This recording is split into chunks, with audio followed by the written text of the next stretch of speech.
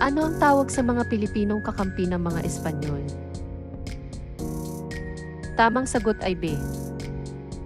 Ano ang naging epekto ng Pact of Biak na Bato? Tamang sagot ay A. Ano ang dahilan ng pagbitay sa Gumburza?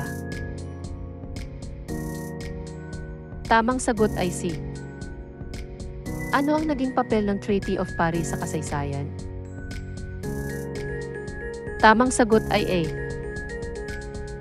Ano ang tawag sa grupo ng mga gerilya laban sa Hapon? Tamang sagot ay B. Sino ang huling general na sumuko sa mga Amerikano? Tamang sagot ay B. Ano ang layunin ng Jones Law? Tamang sagot ay A. Ano ang dahilan ng pag-alis ni Aguinaldo sa Biak na Bato? Tamang sagot ay A. Ano ang epekto ng batas militar noong 1972?